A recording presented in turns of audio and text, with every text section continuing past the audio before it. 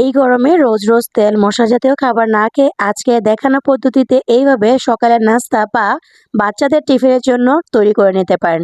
আসসালামু আলাইকুম এভরিওয়ান, রান্নার ক্যানভাসে নতুন আরও একটা রেসিপিতে সবাইকে ওয়েলকাম করছি। আজকে শেয়ার করব মাত্র হাতে থাকা 5 মিনিট সময় এই নাস্তাগুলো কিভাবে তৈরি করতে পারবেন তার একটি রেসিপি।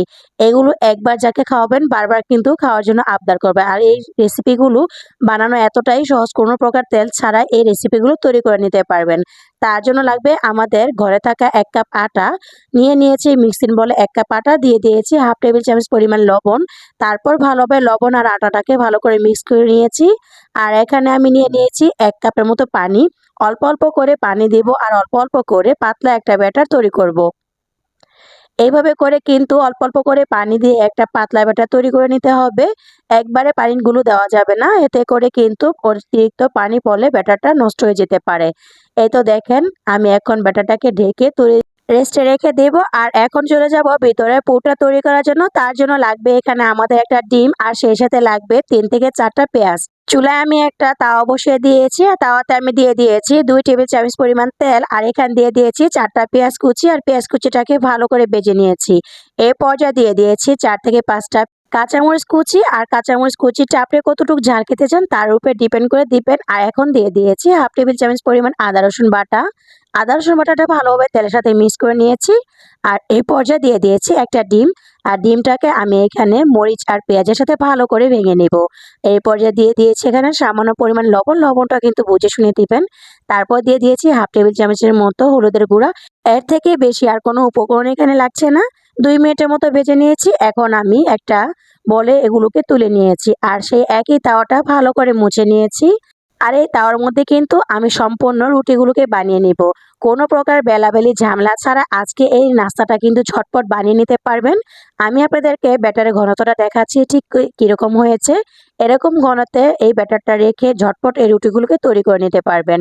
এখানে আমি তাওয়াটা ভালো করে মুছে এখানে দিয়ে দিয়েছি 1 চামচের মতো ব্যাটার। ভালোভাবে ব্যাটারটা চারিদিকে ছড়িয়ে দিয়েছি, আর অপেক্ষা করব 2 সেকেন্ডের মতো। এখানে ঢাকনা দেওয়ার কোনো প্রয়োজন নেই। 2 সেকেন্ড অপেক্ষা করলে উপরটা একদম সাদা হয়ে গিয়েছে।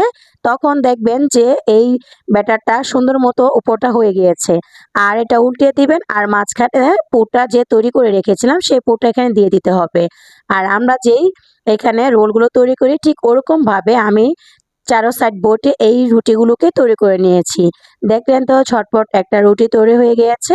এইভাবে করে সেম প্রসেসে আমি আরও একটা রুটি দিয়ে দিয়েছি। ঠিক 2 সেকেন্ডের মতো অপেক্ষা করেছি। তারপর যখন রুটিটা একটা সাইড হয়ে গিয়েছে তখন অপর সাইড উল্টে মাঝখানে আবারও ডিমের পুরটা দিয়েছি। তারপরে আবারও কিন্তু রোলের মতো চারদিক কিন্তু সুন্দর মতো এটাকে ভেঙে নিয়েছি। আমি আপনাদের সুবিধার জন্য একটু ভিডিওটা স্লো মোশনে করে দিয়েছি। হাতের দিকটা একটু খেয়াল করে দেখে বুঝতে পারবেন যে আমি কিভাবে এই রুটিগুলোকে সুন্দর মতো ভাঁজ করে নিয়েছি। এই পাশটা যাতে খুলে না যায় তার জন্য আমি যে ব্যাটারটা গুলে রেখেছিলাম ওখান থেকে হালকা একটু ব্যাটার দিয়ে ভালোভাবে চেপে চেপে এটাকে বটে নিয়েছি। ঠিক পাটিসাপটার পিঠা যেরকমভাবে বানাই ঠিক ওরকমভাবে চেপে চেপে সবগুলো আমি নাস্তা তৈরি করে নিয়েছি। এই নাস্তাটা কিন্তু বিকালে বা বাচ্চাদের টিফিনে বা সকালে ঝটপট কিন্তু খুবই কম সময়ে তৈরি করে নিতে পারেন। আর এই নাস্তাটা কিন্তু খুবই হেলদি। এই গরমে তেল মশলা জাতীয় খাবার না খেয়ে ঝটপট এই খাবারটা তৈরি করে নিতে পারেন। আশা করছি আজকের রেসিপিটা আপনাদের কাছে ভালো লেগেছে। রেসিপি ভালো লাগলে ভিডিওতে লাইক দিয়ে চ্যানেলটি সাবস্ক্রাইব করে অনুরোধ জানাচ্ছি। আর এরকমভাবে নাস্তা বানিয়ে দেখবেন, খেতে কিন্তু অসাধারণ মজা হয়ে থাকে। একবার বানানোর পর কিন্তু বারবার খেতে ইচ্ছে করবে, এতটাই মজা। আমি খেতে খেতে আপনাদের সাথে বিদায় নিয়ে নিচ্ছি। ভালো থাকবেন সবাই, সুস্থ থাকবেন। দেখা হবে পরবর্তী ভিডিওতে। আল্লাহ হাফেজ, আসসালামু আলাইকুম।